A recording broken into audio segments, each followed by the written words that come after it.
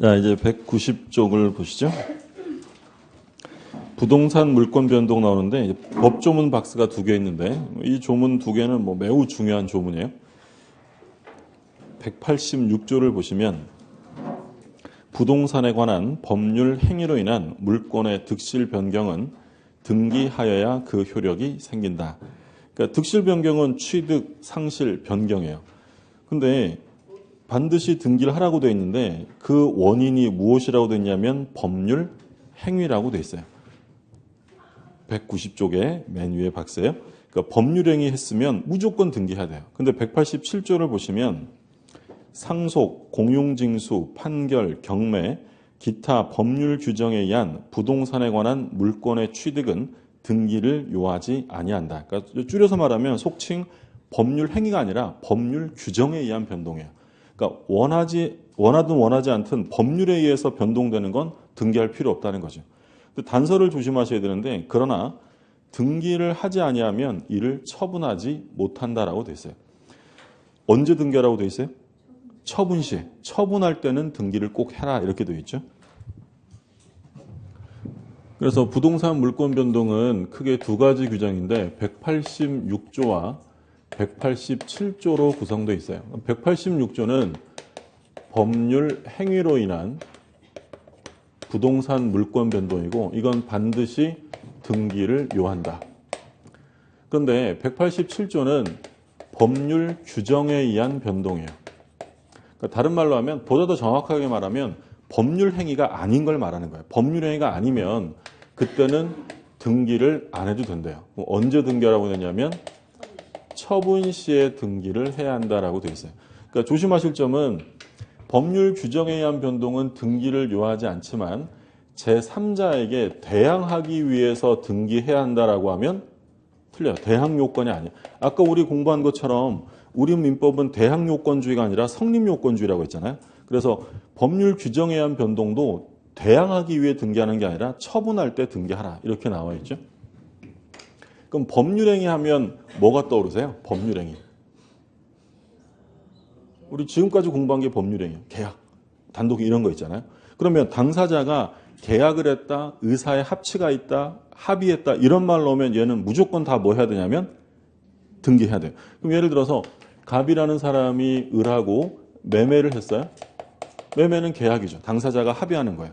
또는 갑이 을과 교환을 하기로 했다, 또는 증여하기로 했다. 이건 전부 다 당사자의 의사에 따라서 변동되는 거니까 이건 무조건 다 뭐 해야 되냐면 등기해야 돼요. 그럼 예를 들어서 갑이 을한테 이 건물에 대한 전세권 설정 합의를 했어요. 그리고 전세금을 지급을 합니다. 근데 아직 전세권 등기는 안 했어요. 전세권 설정 합의하고 전세금 지급하고 인도받아 사용하는데 아직 전세권의 등기는 하지 않은 상태다. 자, 을은 전세권자일까요? 아닐까요? 얘네들 뭐 했대요? 합의했대요. 전세권은 아까 우리 본 물권이잖아요. 물권인데 합의로서 취득하는데 등기를 안 했다. 얘는 물권자야 아니라는 거예요. 아니라는 거예요. 법률행위 했으면 무조건 뭐 해야 되는 거예요? 등기해야 돼요. 그러니까 소유권에 한정하는 게 아니라 등기 가능한 물권은 전부 다 합의로 이루어졌다, 계약했다 이러면 무조건 다 등기를 해야 합니다. 우리 쉽게 생각하면 그런 거예요. 제가 친구한테 돈을 빌리고 제 부동산에다가 전세권을 설정하기로 합의했어요. 근데 아직 친구가 전세권 설정 등기는 안 했대요. 걔는 전세권자예요? 저당권자예요? 아직 아니에요. 아니라는 거예요. 저당권 등기를 해야 저당권자로서의 힘을 갖는 것이지 등기 안 하면 물권 변동은 없어요. 그래서 당사자의 합의로 했다 무조건 등기한다. 마지막으로 아까 우리 본 것 중에 지상권이 있었어요. 근데 지상권 설정 계약을 하고 지료도 지급하고 인도받아 사용하는데 지상권 등기를 아직 안 했어요. 지상권자 아니에요. 아니에요. 합의했다, 계약했다 이러면 무조건 다 뭐 해야 되냐면 등기해야 돼요. 근데 법률행위가 아니라면 법률 규정에 의한 것들은 등기를 할 필요가 없어요. 쉽게 생각하면 갑이라는 사람이 건물을 신축합니다. 자, 건물을 신축했다. 건물의 신축이라는 것은 그냥 단순한 사실행위지 무슨 계약이 아니에요. 그럼 건물을 신축하면 얘가 등기해야 소유자일까요? 안 해도 될까요? 안 해도 소유자예요. 건물을 신축하는 순간 등기하든 안 하든 신축자가 이 건물을 원시 취득하는 거야. 근데 언제 등기하래요? 처분할 때. 그럼 갑이 을한테 이 부동산을 팝니다. 그럼 일단 자기 앞으로 뭘 하라고요? 등기. 우리 이제 등기의 종류 등기법 가면 자세하게 보시겠지만 소유권을 보존한 자, 소유권을 최초로 취득한 사람이 무슨 등기하는 거냐면 소유권 보존 등기하는 거예요. 그러니까 소유권을 보존했다는 거죠. 그리고 매매로서 넘겨주면 무슨 등기겠어요? 이전 등기, 이전 등기. 그래서 건물을 신축한 사람은 등기 안 해도 소유자지만 이걸 처분할 때는 등기한 다음에 넘겨줘라. 그래야 국가가 세금 받을 거 아니에요? 근데 만약에 얘가 건물을 신축했는데 등기 안 한 상태예요? 현재 소유자입니다. 그러면 등기 안 한 상태에서 다른 사람에게 내가 소유자라고 주장할 수 있겠느냐? 할 수 있을까 없을까요? 생각해 보세요. 건물을 지으셨어요. 건물을 신축했는데 아직 내가 보존 등기 안 했어요? 그러면 다른 사람들이 찝적대면 야 이거 내 거야 라고 할 수 있어요 없어요? 당연히 할 수 있는 거예요. 그게 무슨 얘기냐면 법률 규정에 의한 변동은 등기 안 해도 얼마든지 다른 사람에게 대항할 수 있는 거예요. 주장할 수 있는 거예요. 근데 언제 등기하라고요? 처분 시. 무슨 말이 되셨어요? 네. 하나만 더 보면 예를 들어서 갑이라는 사람이 건물을 소유하고 있는데 그럼 등기부상 갑이 소유자라고 등기가 돼 있어요.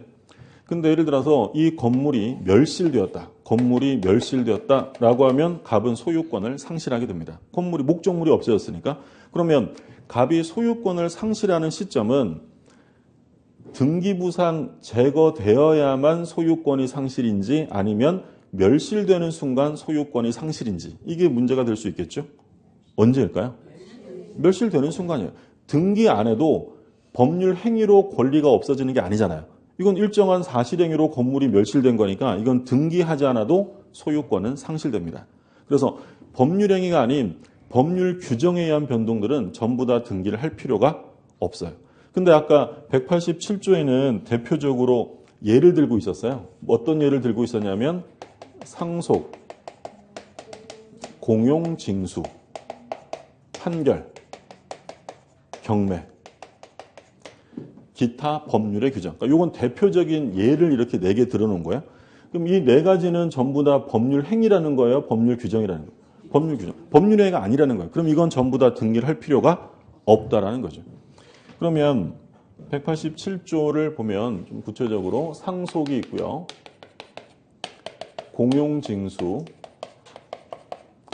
판결, 경매 이렇게 되어 있는데 자, 상속은 이건 포괄승계를 의미해요. 상속은 포괄승계. 우리가 앞에서 공부했던 내용인데 상속은 포괄승계인데 우리가 포괄승계는 상속 말고 또 뭐가 있었냐면 포괄유증이 있었어요. 그죠? 또 하나 있었는데 회사의 합병. 3가지 있었어요. 상속, 포괄유증, 합병. 얘네들은 포괄승계고요. 이런 것들은 다 등기할 필요가 없어요. 그럼 쉽게 생각하시면 갑이라는 사람이 부동산 등을 소유하고 있었는데 갑이 사망을 하고 을이 상속을 받아요. 그러면 을이 이 부동산의 소유권을 취득하는 시점은 이 상속에 의한 등기를 해야 소유자가 될까요? 사망 시에 될까요? 사망 시에. 이건 법률행위가 아니라 법률 규정에 의한 취득으로 사망하는 순간 등기를 하든 안 하든 을은 무조건 소유권을 취득해요. 그럼 언제 등기하면 돼요? 처분할 때. 을이 상속받은 부동산을 병에게 팔아요. 그럼 이때 이 등기가 바로 병에게 넘어가면 돼요? 을이 등기해서 넘기라는 거예요. 등기해서 넘기라는 거죠. 그래야 국가가 세금 받을 거 아니에요. 그러면 만약에 지문에 법률 규정에 의한 변동은 등기를 요하지 않으나 제3자에게 대항하기 위해 등기해야 한다라고 하면 틀려요. 등기 없이도 얼마든지 대항해요. 언제 등기하라고요? 처분할 때는 등기를 해달라 이거 얘기죠. 유증도 우리 유증 공부할 때 유증은 언제 준다고 했어요? 언제 주는 걸 유증이라고 해요? 죽으면. 내가 죽으면 내 친구에게 뭘 주겠다. 이게 유증이에요. 근데 유증도요. 특정 유증이 있었고 포괄 유증이 있었죠. 예를 들어 갑이 내가 사망하면 A라는 건물을 내 친구 을에게 주겠다라고 했어요. 이거 무슨 유증이에요? 이거 딱 정해진 것만 주는 거니까 특정 유증이었죠. 그럼 이거 등기해야 돼요, 안 해야 돼요? 해야 돼요. 그건 뭐가 아니니까. 특정 승계라고 있잖아요. 근데 내가 죽으면 내 전 재산을 내 친구에게 주겠다 이렇게 불특정적으로 유증하면 그게 바로 포괄 유증이에요. 그때는 등기를 할 필요가 없다라는 거예요. 사망과 동시에 소유권은 변동이 돼요. 첫 번째 포괄 승계고, 공용징수는 뭐 특별하게 보실 거 없어요. 수용되었다. 예를 들어 국가에 의해서 강제로 수용이 되었다라고 하면 이 경우에는 법률이 정하는 바에 따라서 보상금 완납을 정지 조건으로 수용 개시일에 소유권은 그냥 변동돼요. 이건 법률이 정하는 거니까. 판결, 특히 이거 좀 조심하셔야 되는데, 판결의 경우에는 어떤 판결이 있냐면 확인 판결이 있고요. 이행 판결이 있고 형성 판결이 있어요. 이 중에서 등기를 요하지 않는 것은 형성 판결만 등기를 요하지 않아요. 나머지 것들은 등기해야 돼요. 대표적인 형성 판결은 뭐가 있냐면 공유물 분할 판결이 있어요. 우리 시험 범위 내에서는. 뭐 말 그대로예요. 어떤 사람이 확인을 구하면 법원이 어떤 판결 하겠어요? 확인 판결 하겠죠. 이행을 구하면 이행 판결이고, 형성 판결이라는 건 뭐냐면 우리 지난주에 공부할 때 뭐 단독 행위를 권리의 종류로 볼 때 뭐라고 부른다고 했어요? 형성권이에요. 형성권. 그러니까 이건 판결 자체로 권리 변동이 형성되기 때문에 등기를 따로 할 필요가 없다라는 거예요. 우리 이제 보통 소송을 제기하잖아요. 그러니까 민사소송을 얘기해요. 그 민사소송을 제기하게 되면 법원이 각하할 수도 있고요. 심리에 들어갈 수도 있어요. 심리에 들어가서 그것이 인정되면 인용 판결을 해요. 이게 원고 승소 판결이고요. 그리고 원고 패소가 기각한다라고 표현해요. 그러면 각하라는 얘기 들어보셨죠? 물론 이제 공부하기 전까지는 대통령 각하 얘기만 들어봤지만, 그러니까 각하라는 건 요건이 흠결되어 있을 때 각하라고 해요. 뭐 소의 이익이 없다든지 또는 당사자가 잘못됐다든지, 그러면 그 소송의 내용을 살펴볼 필요가 있어요, 없어요? 없죠. 그러니까 예를 들면 시험을 봤어요. 시험을 봤는데 우리 시험은 몇 점 맞아야 합격이에요? 60점이요. 근데 시험 끝나면 보통 이의 신청 기간이 있어요. 이의 신청을 받아주면 좋은데 안 받아줄 수도 있어요. 안 받아주면 행정심판 가고 결국 소송을 제기해요. 그래서 제가 민법 51번 문제가 잘못됐다라고 소송을 제기합니다. 그래서 소송을 제기해서 법원이 봤는데 제가 몇 점을 맞았냐면 현재 평균 37.5예요. 그러면 51번에 모두 정답해주면 저는 합격해요? 못해요? 당연히 못하잖아요. 그러면 인력 낭비하면서 제 주장이 타당한지 안 한지를 살펴볼 필요가 없어요. 그건 그냥 각하시켜요. 각하시키면 법원은 제가 청구한 내용을 조사해줘야 안 해주는 거예요. 아니, 요건 흠결 무조건 각하예요. 근데 제가 예를 들어 59.9다. 이거 맞으면 전 합격이에요. 그럼 당연히 저는 소의 이익이 있잖아요. 그러면 각하하지 않고 뭐 한다는 거예요? 심리에 들어가요. 심리에 들어가서 제 주장이 맞을 수도 있고 틀릴 수도 있잖아요. 제 주장이 맞으면 원고 승소, 원고의 주장을 인용하는 거고요. 제 주장이 틀리면 원고 패소, 기각한다라고 판결해요. 민사사건이에요.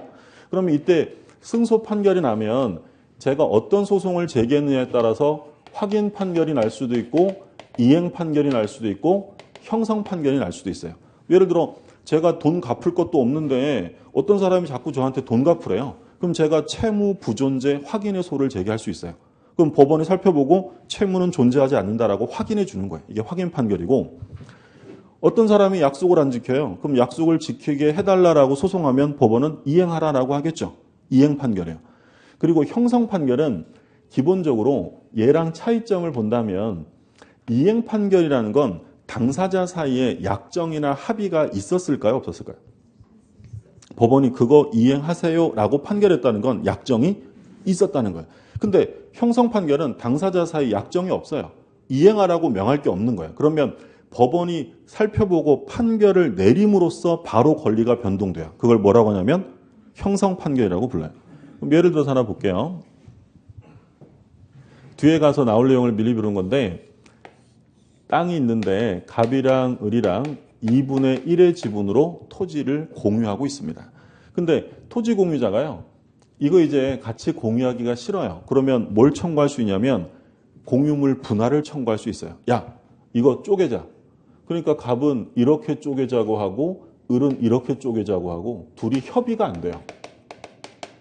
자, 그럼 협의가 안 되면 어떻게 해야 될까요? 어디 가서 쪼개달라고 해야 돼요? 법원에 가서. 그러면 얘네들이 재판상 분할을 청구합니다. 그러면 법원이 자료들을 잘 살펴보고 갑거래 토지는 예를 들어 이렇게 분할한다 라고 공유물 분할 판결을 내리게 돼요. 그러면 이 판결이 나면 등기부상 분할 등기가 되지 않아도 분할의 효과가 생기는 거예요. 이 판결은 뭐니까? 형성 판결이니까. 이해되셨어요? 그럼 만약에 볼게요. 갑이랑 을이랑 2분의 1의 지분으로 공유를 하고 있는데 갑과 을이 요렇게 갑 단독, 을 단독 소유로 하자라고 협의를 합니다. 근데 이렇게 협의를 했는데 협의를 마치고 나중에 집에 돌아왔더니 을이 괜히 이렇게 한 것 같아요. 아, 이러면 내가 손해인데 이렇게 하는 게 좋을 텐데 라고 하면서 협의를 했는데 마음에 안 든다고 갑을 만나주지 않고 전화기 꺼두고 잠수 탑니다. 그러면 답답한 갑이 소송을 제기할 거 아니에요. 그럼 이때 갑이 소송을 제기하는 내용은 법원이 판사가 잘 알아서 분할해 달라라고 판결할까요? 아니면 을이 협의를 이행케 해달라고 판결할까요? 이행케 해달라고. 그러면 당연히 법원이 제기받은 소는 이행의 소일 것이고 얘는 무슨 판결이에요? 이행 판결이에요. 그러면 이거 등기해야 분할의 효과가 생겨야 안 해도 돼요. 이건 등기해야 돼요. 이건 뭐가 아니니까. 형성 판결이 아니다라는 거예요. 차이점이 되셨어요? 그러니까 이행 판결은 등기해야 돼요. 그럼 여기서 알 수 있는 중요한 건 법원에다가 분할해달라고 공유물 분할 청구 소송을 제기하려면 분할 협의가 있어도 돼요. 협의가 없을 때만 하는 거예요.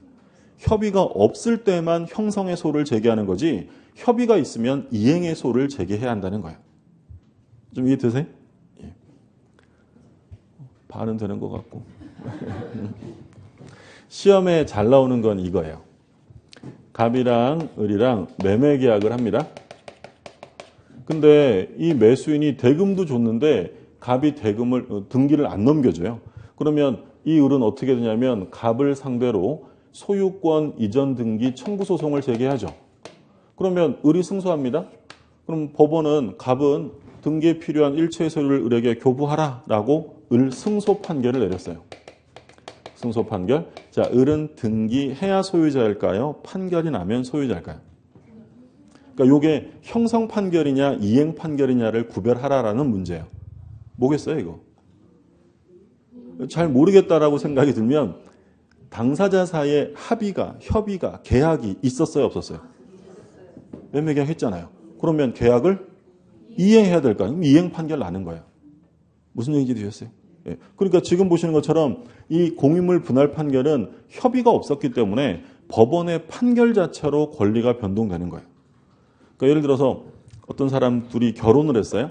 결혼을 하면 검은 머리 팥불이 될 때까지 잘 살면 좋은데 좀 그렇지 않은 경우도 있으면 이혼하잖아요. 그럼 이혼도 제일 자연스럽게 하면 어떤 이혼이 제일 좋겠어요? 협의혼이죠. 협의혼. 협의 뭐 양육권이나 재산분할 다 협의해서 이혼하면 좋은데 그러면 협의가 안 돼요. 협의가 안 되면 어떻게 합니까? 재판상 이혼을 청구하게 돼요. 일방이 다른 타방에게. 그럼 재판상 이혼을 청구하게 되면 물론 아무거나 막 청구하면 안 되고 법원이 이제 법에서 재판상 이혼 사유가 있어요. 그럼 법원이 딱 보고 이 경우에는 인정이 된다. 그러면 법원은 갑과 을은 이혼한다라고 판결해요. 그럼 이건 가족법상의 판결이지만 이거 이행 판결일까요? 형성 판결일까요? 형성 판결이에요. 협의된 게 없기 때문에 법원의 판결로서 권리의 변동이 나타나는 거예요. 그런 것들은 등기를 할 필요가 없다라는 거예요. 그래서 시험에는 요거 많이 내요. 매매 계약을 했는데 승소 판결 받으면 바로 소유자냐 등기해야 되느냐. 이건 이행 판결이니까 등기해야 되고 공유물 분할 판결은 형성 판결이니까 등기할 필요 없고요. 그 다음에 경매. 경매는 언제 권리를 취득하는 거냐면 매각대금 완납 시에 권리가 변동돼요. 그러니까 뭐 예전에 경락대금이라고 부르는 거죠. 근데 용어가 좀 바뀌어서 보통 매각대금이라고 하는데, 그러니까 자기가 등기를 하지 않아도 매각대금, 경락대금을 완납하는 순간 소유권의 변동은 생기는 거예요. 그러니까 요건 대표적인 예를 든 거예요. 교재 잠깐 볼게요. 그 193쪽을 먼저 볼게요.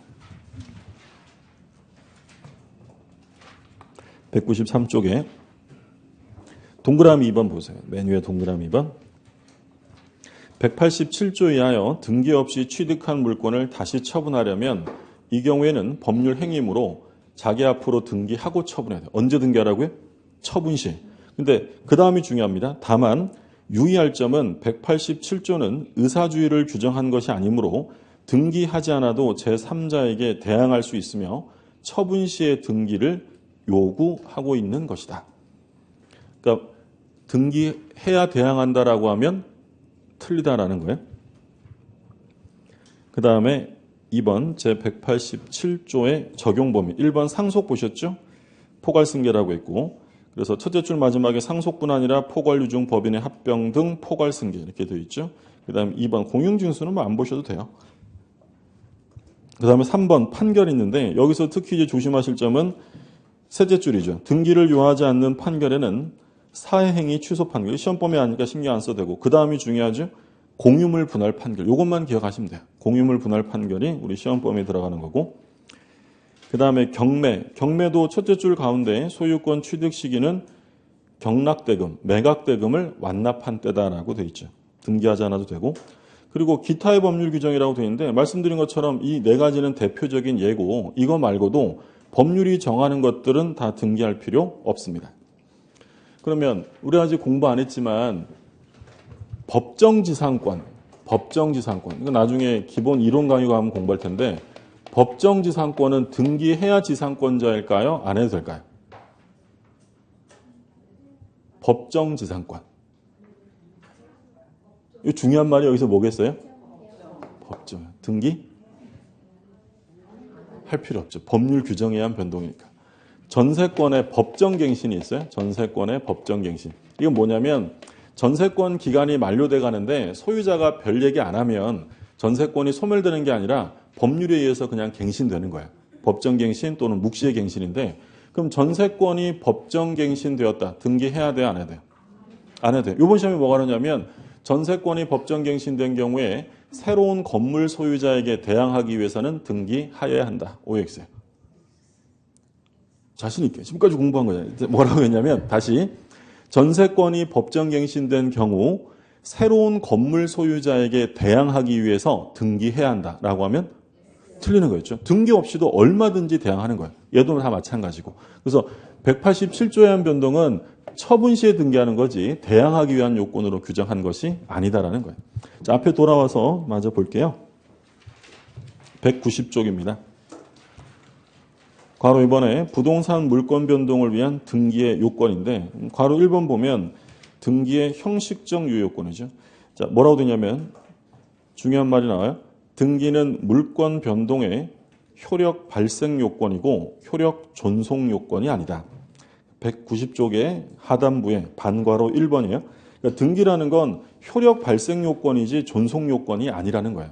따라서 일단 유효하게 존재하였던 등기가 불법으로 말소된 경우에도 그 등기가 표상하고 있던, 표현하고 있던 그 물권은 소멸하지 않는다라는 점이죠. 그러니까 등기라는 것은 물권 변동의 효력이 발생하기 위해서 하는 거예요. 존속하기 위한 요건이 아니라는 거예요. 바꿔서 얘기하면 제가 소유자로, 진정한 소유자로 등기가 돼 있었는데 이 등기가 불법으로 말소가 됐어요. 제 권리는 소멸해요? 남아있다는 거예요. 그대로 남아있다는 거예요. 존속 요건이 아니라 발생할 때 필요한 요건이기 때문에. 그 다음에 이제 실질적 유효권인데 오른쪽에 보면 1번에 뭐 주체나 객체가 불합치한 경우 참고로만 읽어보시면 되고요. 2번에 이제 물권 변동 과정의 불합치로서 기억의 중간 생략 등기가 나옵니다. 중간 생략 등기는 사례 문제로도 자주 나오는데 A번에 보면 등기의 유효성, 한 장 넘겨보시면 B번에 등기의 청구 두 가지로 나눠서 옵니다.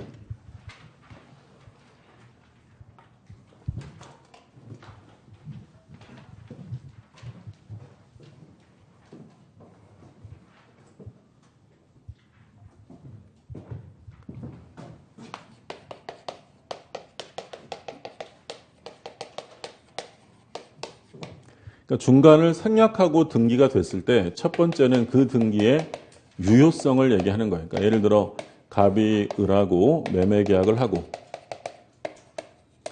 을이 병하고 다시 매매 계약을 합니다. 그러면 이건 우리가 제일 첫 시간에 공부했던 건데 병에게 등기가 넘어오려면 일단 누구를 거치는 게 원칙이냐면 을을 거쳐서 병에게 와야 돼요. 근데 을이라는 사람이 자기 앞으로 등기하지 않고 서류를 병에게 줘서 갑에서 병으로 직접 중간을 생략하고 등기가 됐다는 거예요.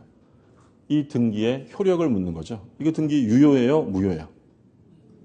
우리 첫 시간에 본 건데 유효. 그러니까 등기가 유효하려면 등기와 뭐가 일치하면 돼요? 등기와 실체관계가 일치하면 유효죠. 그럼 병이라는 사람 이름으로 등기가 될 법률관계가 유효하게 존재하죠. 각각의 매매가 유효니까 얘가 등기를 하면 이 등기는 실체적 권리관계에 부합하기 때문에 등기는 유효해요. 우리가 무슨 얘기냐면 등기와 실체관계가 일치가 되면 절차상의 하자는 어느 정도 치유가 돼요. 그럼 절차상으로는 얘를 거쳐서 와야 되지만 거치지 않았다고 해서 등기가 무효가 되는 것은 아니에요. 그러면 이 등기가 유효가 되기 위해서는 3자 간에 갑을병 간에 중간 생략의 합의가 있어야 하느냐 필요 없느냐? 필요 없어요. 합의가 없어도 일단 매매가 유효면 이 등기는 유효가 될 수밖에 없는 거예요. 근데 이 토지가요. 허가구역 안에 있었대요. 토지거래 허가구역 안에 있는 토지를 갑이 을에게 팔고 을이 병에게 팔았는데 마치 병이 갑에게 산 것처럼 둘 사이에 허가를 받아 등기했다면 이 등기는 그냥 무효가 돼요.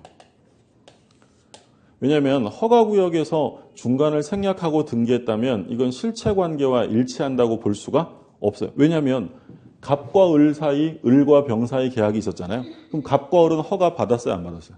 갑과 을은? 안 받았죠. 이 매매 유효예요? 무효예요? 허가 안 받으면? 무효. 을과 병도 허가 안 받았죠. 이거 무효예요. 각각의 매매가 무효이기 때문에 이 등기는 실체관계에 부합하지 않기 때문에 무효예요. 그럼 결론은 뭐예요? 결론은 중간을 생략하고 직접 등기가 실행되었다면 어디에서만 안 하면 유효라는 거예요. 허가구역만 아니면 이 등기는 다 유효해요. 3자 합의가 있든 없든. 첫 번째는 끝이에요. 첫 번째는 정리하면 굉장히 간단한 거예요. 정리하면 결론은 뭐냐면 3자 합의가 있든 없든 상관없이 허가구역만 아니면 직접 격려된 등기는 유효합니다. 근데 이제 두 번째는 등기 청구예요.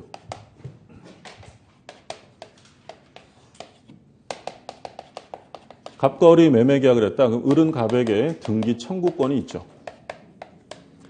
을도 병하고 매매 계약을 했어요. 그럼 병은 누구에게 등기 청구권이 있냐면 을에게 있는 거예요. 그러면 등기 절차에 협조해달라라고 요구하는 게 등기 청구권인데 그럼 이 등기 청구권의 성질은 물권적일까요? 채권적일까요? 당연히 물권적이려면 걔한테 뭐가 있어야 될까요? 우리 아까 물권적 청구권 얘기하면서 그거 하려면 그 사람한테 반드시 물권이 있어야 돼요. 지금 누가 물권자예요? 현재 갑. 그러면 을, 병이 갖는 등기 청구권은 물권적일 수가 없죠. 다 채권적이에요. 쉽게 생각하시면 매매 계약을 했을 때요. 아무한테나 막 등기 달라고 해요. 상대방에게 달라고 하는 거예요. 상대방이 채권적이죠. 그러면 원칙대로 하려면 병이 갑에게 직접 등기를 청구할 수 있을까요? 을에게 해야 될까요? 을에게 해야 돼요. 그게 원칙이에요. 그래서 원칙은 병은 을을 대신해서 갑에게 청구해야 되는 건데 우리 판례는 경우를 나눕니다. 3자 간의 합의가 있느냐 없느냐. 3자 합의가 있으면 그러니까 세 사람이 직접 넘겨주기로 다 같이 합의했다는 거예요. 그러면 병은 갑에게 직접 청구할 수 있어요. 근데 3자 합의가 없다. 그러니까 최초 매도인 갑이 여기에 동의한 바가 없다는 거야. 그러면 이건 원칙대로 직접 할 수 없고 을을 대위해서 청구해. 을을 대신해서 청구해야 한다는 거죠. 그러니까 대위한다는 건 뭐냐면 원래는 을이 등기를 갑에게 받아와서 넘겨줘야 될 거 아니에요. 근데 을이 병한테 돈 받고 판 다음에 안 하고 있다는 거예요. 그러면 병이라는 사람이 직접 할 수 없으니까 병은 누구 권리를? 을의 권리를 갑에게 대신 주장하는 거야. 그게 대위, 대신 위치하여 권리를 행사한다라는 거예요. 그럼 병은 을을 대신해서 갑에게 누구 앞으로 등기해놓으라고 주장하는 거예요. 자기 앞으로 해, 을 앞으로 해. 을 앞으로 해라. 그런 다음에 병이 을에게 다시 청구해서 받아간다. 이게 원칙이에요. 이해되셨어요? 이걸 보통 채권자 대위권이라는 말을 쓰는데 공식적인 시험 범위는 아니기 때문에 세부적인 요건을 알 필요가 없는데 의미만 이해하시면 돼요. 채권자라는 건 누구한테나 주장할 수 있어요? 상대방에게만 주장해요. 상대방에게만. 근데 문제는 지금 보시는 것처럼 이 병이 갑에게 직접 청구할 수 없고 을에게만 주장할 수 있기 때문에 을이 주장하지 않으면 이 권리를 누가 대신 위치해서 주장하냐면 얘가 하는 거예요. 만약에 얘가 물권자였다면 대위할까요? 직접 하면 돼요. 물권자면 절대성이라 직접 하면 돼요. 근데 채권은 상대적이기 때문에 아무한테나 막 주장할 수 없으니까 자기 채무자를 타고서 행사해야 한다는 거예요. 이게 원칙이에요. 근데 3자가 합의 있으면 뭘 할 수 있냐면 병이 갑에게 직접 달라라고 요구할 수 있다는 거죠. 그럼 여기 이제 부수적인 판례로 병이 갑에게 직접 청구할 수 있다. 그럼 문제가 되는 건 중간 매수인 을의 등기 청구권이 소멸되느냐 이게 문제인데 소멸된다는 것을 의미하지는 않아요. 직접 청구할 수 있다는 거지 을의 권리가 없어질 리는 없죠. 다른 말로 하면 3자 간의 합의가 있으면 반드시 직접 청구해야 될까요? 적법 절차에 따라 을을 대위할 수도 있을까요? 대위할 수도 있어요. 그럼 대위하려면 얘의 권리가 있어야죠. 이게 없어지면 대위할 권리가 없잖아요. 그래서 직접 3자 간의 합의가 있으면 직접 청구할 수 있는데 그렇다고 해서 을의 권리가 소멸된다는 걸 의미하지는 않는다라는 게 판례 입장이에요. 또 하나 볼게요. 자, 3자 합의가 있으면 직접 청구할 수 있는데 근데 문제는 을이 갑에게 아직 대금을 다 안 줬어요. 인상된 대금을 아직 다 받지 못했다. 그럼 대금을 못 받았는데 3자 합의가 있으면 그 합의에 따라 돈을 못 받아도 등기를 줘야 될까요? 거절할 수 있을까요? 거절할 수 있죠. 돈을 못 받았는데 나 먼저 줄 수는 없잖아요. 자, 그럼 지금 중간 생략 등기의 주요 내용들을 한번 살펴보셨는데 되게 많이 본 것 같지만 내용은 뭐 크게 많지 않아요. 일단 을을 거치지 않고 바로 등기가 넘어왔어요. 유효예요? 무효예요? 유효. 어디만 아니면 돼요. 허가구역만 아니면 유효. 끝난 거예요. 두 번째는 등기가 아직 갑에게 있어요. 병이 어떻게 받아올 거냐? 만약에 3자 간의 합의가 있었다면 어떻게 받아요? 직접 받아오면 돼요. 근데 합의가 없으면 원칙에 따라 자기 상대방인 을을 대위해서 받아오면 돼요. 근데 직접 받아올 수 있다고 해서 중간 매수인의 등기 청구권이 소멸되는 것은 아니고요. 아무리 3자 합의가 있어서 직접 청구할 수 있어도 최초 매도인이 대금을 다 받지 못했다면 등기를 줘야 돼요? 거절할 수 있어요? 거절할 수 있다는 거였죠. 사례 문제로 나오는 것만 좀 확인해 두시고 그 내용이 이제 그 192쪽까지 나와 있고요.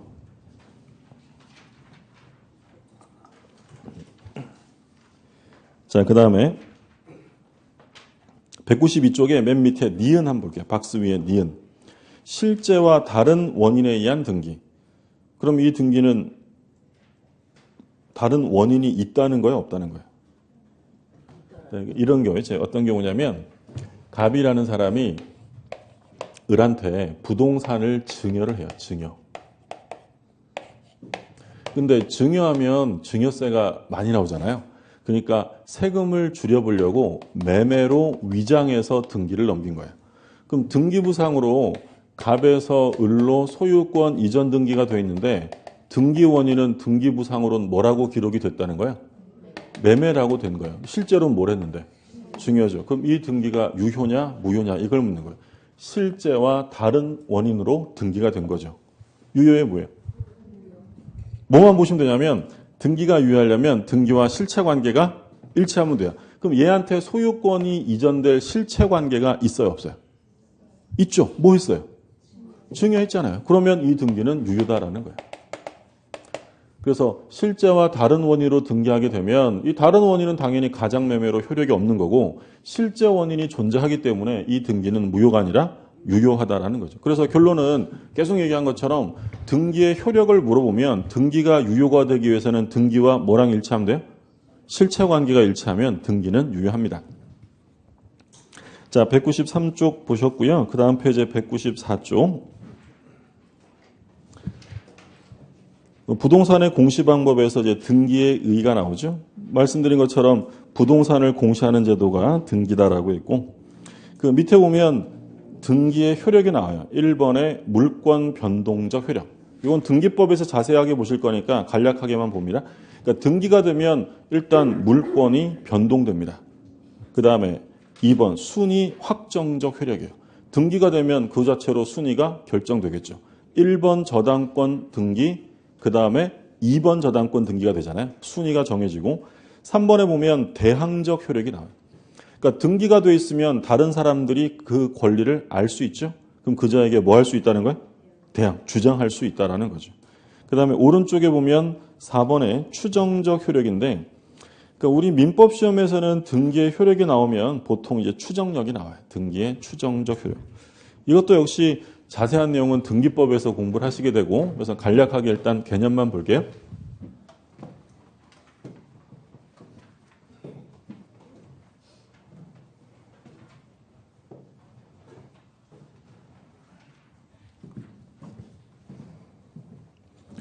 어떤 등기부를 봤더니 갑에서 을로 소유권 이전 등기가 됐고요.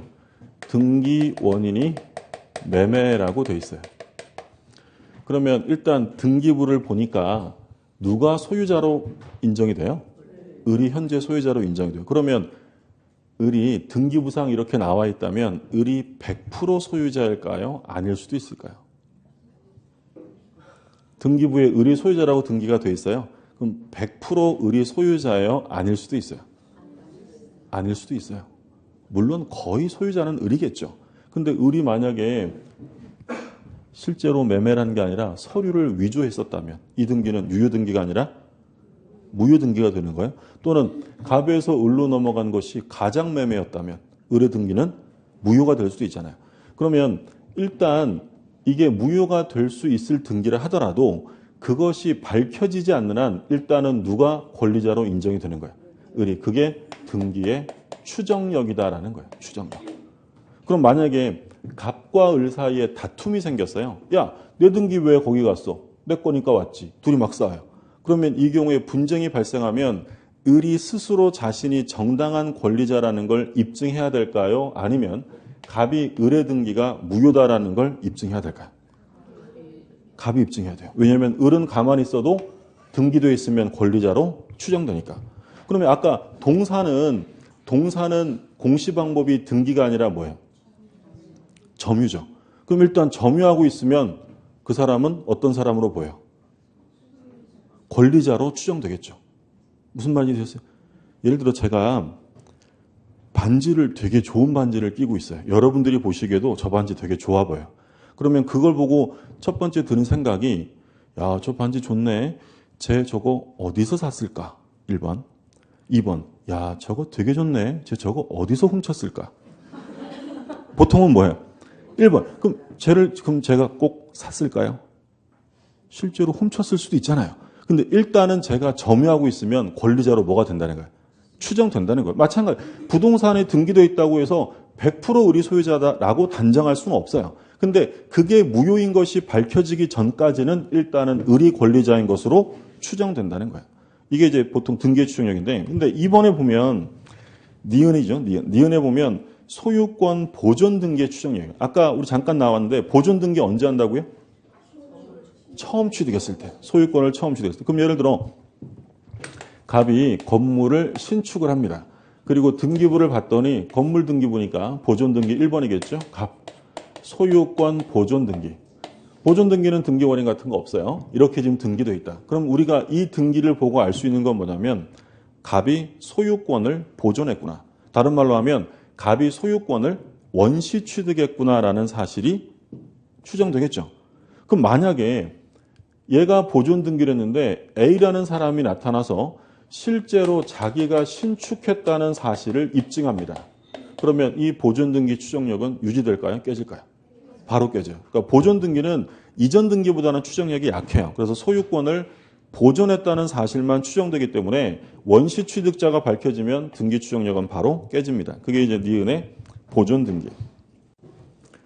그래서 셋째 줄이 나오죠. 따라서 보존 등기가 원시 취득에 의한 것이 아니라는 것이 증명되면 추정력이 깨진다라고 되어 있어요. 그래서 건물을 신축한 자가 따로 있거나 토지를 사정받은 자가 따로 있다. 그러면 그 토지를 사정받았다. 사정이라는 말은 토지를 최초로 취득했다라고 생각하시면 돼요. 그런 그 원시 취득자가 따로 있다는 거죠. 이렇게 되면 추정력은 깨지게 됩니다. 부수의 효과는 참고로 보시고 그다음에 이제 물권의 소멸인데 다음 페이지 보세요. 혼동이 나옵니다. 자, 혼동 191조. 혼동은 말 그대로 좀 혼동이 되는 그런 부분이에요. 쉽지 않은 거니까 1항을 보시면 동일한 물건에 대한 소유권과 다른 물건이 동일한 사람에게 귀속한 때에는 다른 물건은 소멸한다. 그러나 그 물건이 제3자의 권리의 목적이 된 때에는 소멸하지 아니한다.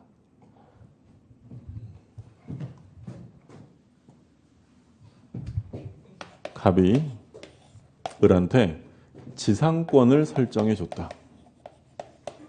그러면 소유자는 지금 갑이고 을이 갑의 땅을 빌려 쓰고 있는 상태예요. 근데 을이 나중에 이 땅을 삽니다. 그래서 소유권을 취득하게 되었다. 그럼 제한물권자가 소유권을 취득하게 되면 어떤 권리가 필요 없어요? 이게 필요 없죠. 그럼 이 지상권은 소멸되는데 이렇게 소멸되는 모습을 혼동이다라고 불러요. 무슨 말인지 되셨어요? 그러니까 예를 들어 제가 임차인이에요. 임차인인데 열심히 일해서 돈을 벌어서 제가 그 집을 샀어요. 그럼 저는 더 이상 임차인이 아니라 그 집에 집주인 되는 거잖아요. 그러면 제 임차권은 필요가 없으니까 소멸되는 거예요. 그러니까 조만한 권리를 가지고 있던 사람이 이거를 포함하는 커다란 권리를 취득하면 요건 필요 없으니까 없어지는 것. 이것을 혼동이다라고 불러요. 근데 물론 혼동으로 소멸되었다. 이거 지금 권리가 소멸되는 건데 등기해야 될까요? 등기 없이 소멸할까요? 그러니까 이거 뭐라고 생각하시면 되냐면 이 지상권이 소멸되는 이유가 을이 원해서 을의 의사표시로 소멸하는 거예요. 법률이 정해놓은 거예요. 법률이 정해놨죠. 그럼 이거 등기해야 등기 필요 없어요. 등기 없이 소멸하게 돼요. 근데 이 소멸을 가져오게 된 매매계약이 무효가 되거나 취소가 되거나 해제가 됐어요. 그럼 소유권은 다시 누구한테 복귀가 되냐면 갑에게 복귀되죠. 그러면 을은 길바닥으로 나가야 될까요? 이거 계속 사용하게 해줘야 돼요. 사용을 해줘야 되죠. 그래서 원인A가 실효되어서 소유권이 복귀되면 계약이 무효가 또는 취소가 되었다라고 하면 소멸되었던 지상권은 부활할 수 있습니다. 이해되셨죠? 여기까지는 별 어려움 없죠. 예를 들어 제가 임차인인데 그 집을 샀어요. 임차권 혼동으로 없어집니다. 근데 그 매매계약이 무효 취소 해제가 되면 저는 계속 살아야 될 거 아니에요. 그러면 소멸되었던 임차권은 영원히 소멸해요. 부활할 수 있는 거예요. 부활할 수 있다는 거예요. 자, 그런데 당사자간은 이런데 을이 병한테 돈을 빌리고요. 저당을 잡힙니다. 뭘 저당 잡혔냐면 자기의 지상권을 저당 잡혔어요. 그러니까 우리가 보통 저당은 어디에다 잡아요? 그러니까 은행이 잡는데 은행이 우리의 무엇에 저당을 잡습니까? 토지나 건물, 물건에 잡아요. 근데 저당권이라는 권리는 물건뿐 아니라 권리에 설정할 수도 있어요. 지금 어디에 저당을 잡았다고요? 지상권에 저당을 잡을 수도 있고요. 전세권을 저당 잡을 수도 있어요. 이런 걸 뭐 지상권, 저당권이라고 부르는데 그러면 경락이는 뭘 취득할까요? 그러니까 지금 지상권에 저당이 잡혔잖아요. 근데 얘가 돈 안 갚으면 얘가 저당권에 의한 경매를 실행할 거 아니에요? 그럼 경락인이 취득하는 권리는 뭐예요? 소유권이에요? 지상권이에요?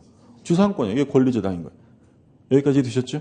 자, 그런데 지금 이 병이라는 사람이 없을 때는 소유권을 취득하면 이 지상권은 혼동으로 소멸돼요. 근데 지금 이 상황에서 얘가 소유권을 취득했다고 해서 지상권이 혼동으로 소멸하면 저당권의 대상이 없어지게 됩니다. 그럼 모두 날아가는 거예요. 저당권도 없어지는 거죠. 이해되셨어요? 똑같이 생각하시면 돼요. 건물에 예를 들어서 건물에다가 저당을 잡았는데 건물이 멸실되면 저당권만 남아요? 저당권 없어지는 거예요? 없어지죠. 목적물의 멸실은 모든 물권의 공통적 소멸사예요. 그럼 이 건물을 지상권으로 바꾼 것을 지나지 않아요. 지상권에 저당을 잡았는데 지상권이 없어지면 누가 피해를 보겠어요? 병이 피해를 보겠죠. 이런 경우에는 얘를 보호해 줘야 되니까 191조 1항 단서에서 혼동으로 소멸할 권리가 누구? 제3자 권리의 목적으로 되어 있으면 제3자를 위해서 소멸하지 않는다라고 규정한 거예요. 자, 1항을 다시 보세요. 동일한 물건에 대한 소유권과 다른 물건이 동일한 사람에게 귀속한 때는 그럼 당연히 어떤 권리가 더 넓은 권리예요? 소유권이죠. 그럼 다른 물건은 소멸하는 거야. 그러나 그 물건이, 그러니까 소멸할 그 물건이 제3자 권리의 목적으로 되어 있으면 그때는 누가 피해 보면 안 되는 거예요? 제3자. 그런 경우에는 소멸을 막아주겠다라고 정해놓은 거예요. 첫 번째, 원칙적인 모습과 법률의 규정을 한번 살펴봤고요. 이해가 잘 되세요? 네. 뭐 어느 정도만 이해돼도 충분하고요. 이해 안 되는 게 원래는 이해 안 되는 게 정상인 거예요.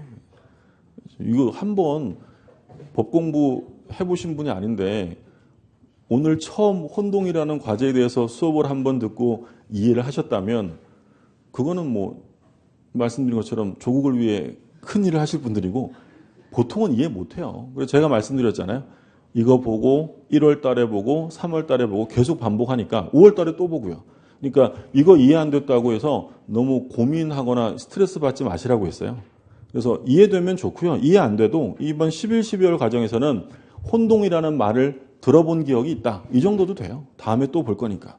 그러니까 공부할 때 보면 그 힘들게 공부하는 게 굉장히 다른 사람은 다 아는 것 같은데 나만 잘 모르는 거 아닌가 이렇게 그런 것 때문에 더 비교하고 힘든 게 있는데 그런 거 신경 쓰지 마세요. 올해 뭐 합격하신 분들도요. 처음에 공부할 때 채권자, 채무자도 모르셨어요. 예전에 제가 강의했던 데서 전국 수석이 한번 나왔는데 지금은 전국 수석을 발표하지 않아요. 지금 그 학원들끼리 너무 경쟁을 많이 하니까. 전국 수석하면 우리 업체에서 전국 수석이에요. 막 플랜카드 걸고 막 이런 너무 경쟁이 과열되니까 몇 년 전부터 없었는데 그 전국 수석하신 분이 그때 처음에 생각나는 게 채권자가 뭐예요? 채무자가 뭐예요? 이런 것부터 물어보셨던 분이에요. 다 그렇게 시작하는 거예요. 모르는 게 당연한 거니까 힘들어하실 필요 없고 모르면 또 하면 되니까. 그래서 지금 첫 번째 모습을 봤어요. 원래는 소멸해야 되는데 소멸하지 않는 건 뭐라고요? 제3자 권리의 목적으로 되어 있으면 제3자를 위해서. 근데 법률은 제3자를 위한 규정만을 뒀는데요. 우리 학설과 판례는 이를 더 확대해서 제3자가 아니라 소유권을 취득하는 본인, 소유권을 취득한 자신을 위해서도 소멸을 막아주겠대요. 어떤 경우냐면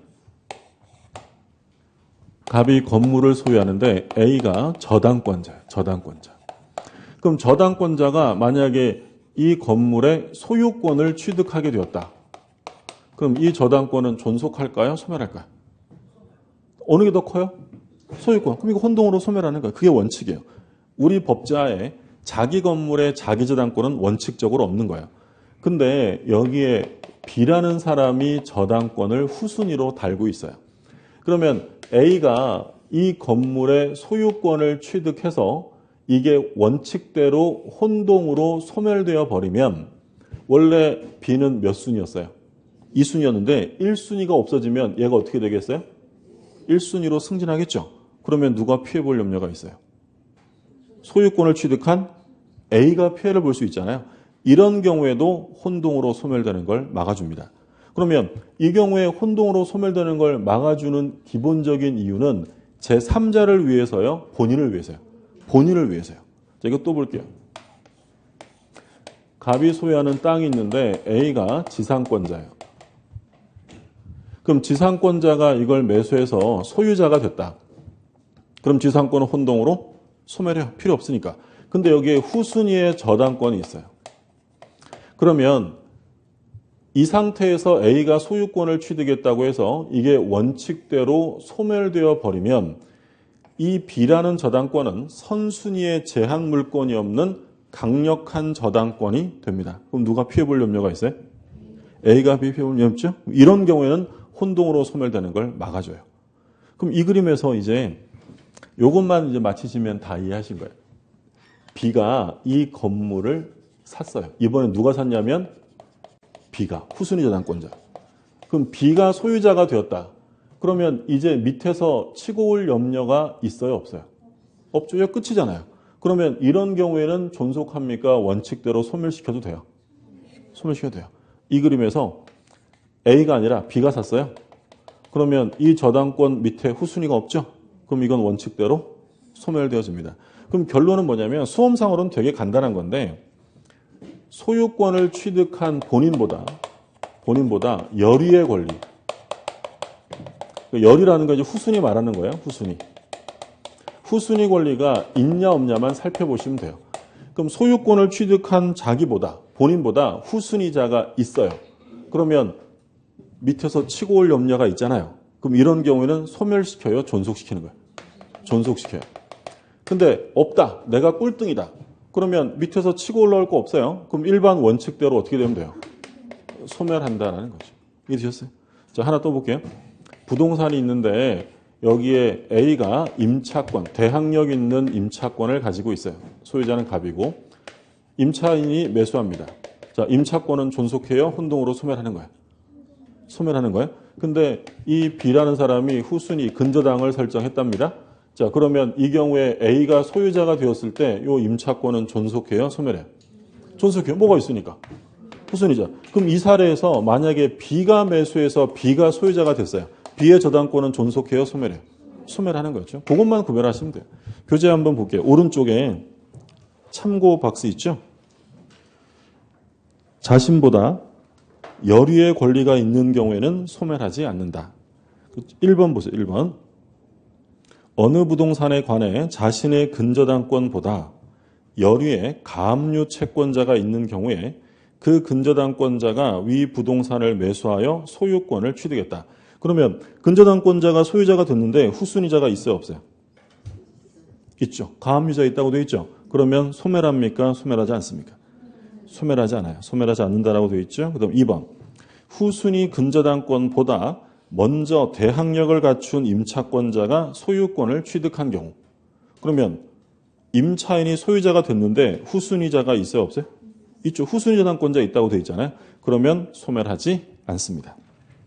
그 다음에 3번에 보면 혼동으로 소멸하지 않는 권리가 1번의 점유권, 2번의 광업권인데 일단 점유권만 좀 받으세요. 점유권은 혼동으로 소멸하는 권리가 아니에요. 왜냐하면 점유권은 다른 권리와 얼마든지 병존할 수 있기 때문이에요.